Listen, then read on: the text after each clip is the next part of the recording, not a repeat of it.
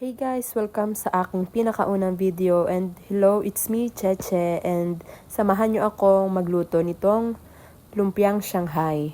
Kaninang umaga ay galing si Mamang Bayan, ay di si Inay ay nagpabili ng lulumpyain dahil ay wala nang maulam at ngayon ay medyo amihanin kaya naman taghirap ang isda ay di nagpaluto si Inay ng Shanghai kay Mama dahil para kahit papaano ay may pang ulam-ulamin kami. At diyan ay di nagbalat na muna ako ng carrots para hindi na ganun karami ang gagawin ni Mama at siya ang magluluto na ito at si Inay ay hindi marunong. Kaya naman ang babae for the balat diyan ng carrots at bayan si Mama at inuna pang makapagchismisan kaysa maghiwa ng sibuyas ay di bayan na siya for the balat na tapos ako naman ay hihinawan tong carrots para safe. Charing.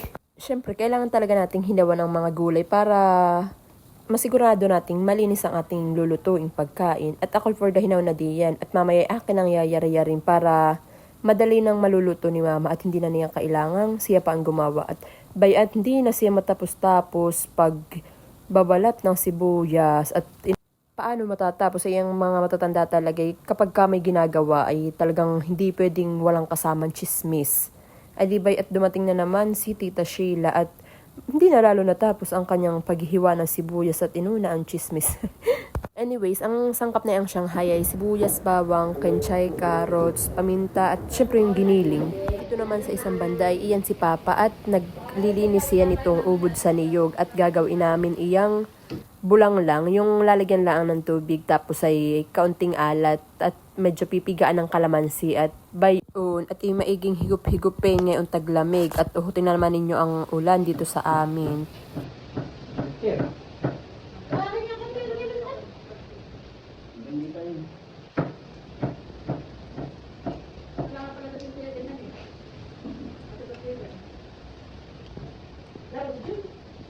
Iyan talaga ang kagandahan kapag ka dito ka sa probinsya naninirahan at kung ano-anong pwede mong makain kapag ka na dito ka sa probinsya, kukuha ka lang ng mga gulay-gulay sa tabi-tabi ay may pang-ulam ka na. Dito naman ay naghuhugas ako ng sinaing dahil nasa bandang tanghali na ay di tanghalian na ay wala pa kaming sinaing kaya naman nagsasaing ako at siya na at sa akin pang unang video ay pagluluto agad at hindi man lang napagkakilala ang sarili. Pero don't worry guys, dahil sa mga susunod na video ay saka na. Doon na ipapakilala ang buhay-buhay ng isa't isa, charing. At yan sa video iyan, yung aking kinakalikot ay minudo. Yan ay galing sa rep. At yan na lang aming uulam. Dahil hindi pa namin mauulam yung Shanghai at hindi pa tapos balutin. At yan naman ilang araw pala ang sa rep. At baby nga kami ni Papa at naghihiwa na nitong ubod. Yung ubod na iyan ay pwede mong kainin kahit hilaw. At yan naman talaga yung matamis. Lalo na't pagbagong kuha galing sa puno ng niyog. Maigi naman at tapos na sa sibuyas at baydi na naman siya sa bawang at talagang hindi naubos ang kwentuhan at ako'y baydi at magyayar-yar ng bawang para mas mabilis ang proseso. Sabi ko, ito paano makakabili ng citrus, yung pala na may ubos yung 500 ay wala.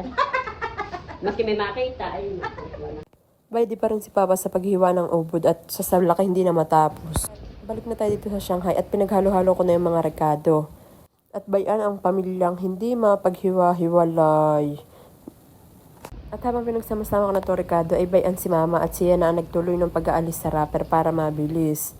At talagang hindi maiiwasan ng pagkikwentuhan. Si Mama yung may salamin sa ulo tapos yung isang kalapit niya ng karet ay si Tita Sheila na kapatid niya mismo. At diyan sa video iyan ay yung giniling ay atin ang ilalagay dun sa mga rekado. At para daw manood yung lasad ng karne doon sa mga rekado. At sa hinaba-haba ng panahon ay natapos din ang pagugutay dito sa wrapper at bayan at yung kinchay naman ang kanyang hihiwain. At yan yung last na niyang hihiwain para maigisa na at nang maibalot na sa wrapper. At bayan at yung ubod naman ay hiwa na lahat at isasaklang na laang. Bayan at nakasaklang na nga ang ating Shanghai para malutong-luto yung karne at kahit ibalot sa wrapper ay luto na kaya hindi ka na mahihirapang magprito. At hinugasan na ni Mama yung kinchay at iyan ay hindi ihahalo agad-agad doon. Iyan ay mamaya pa ilalagay kapag ka medyo luto na yung karne. At bayan na naman ang babae para may masabing na itulong. Huy, pero hindi ha. Tulong na tulong ang babae iyan. Ganap na ganap diyan sa pagluluto ng Shanghai na iyan.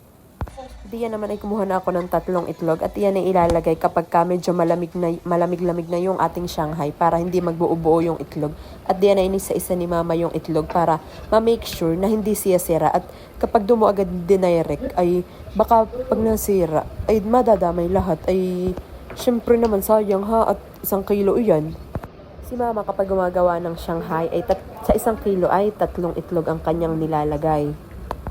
Dahil nga tanghali na ay kumain na kami at bayan si nanay, si Painsil at si inay at kami nagkain na si mama ay ayaw kumain dahil daw ay sila'y busog pa at kakakain nila ng tanghalian. Ay kami medyo late nagtanghalian kaya bayan at ngayon lang kami kakain.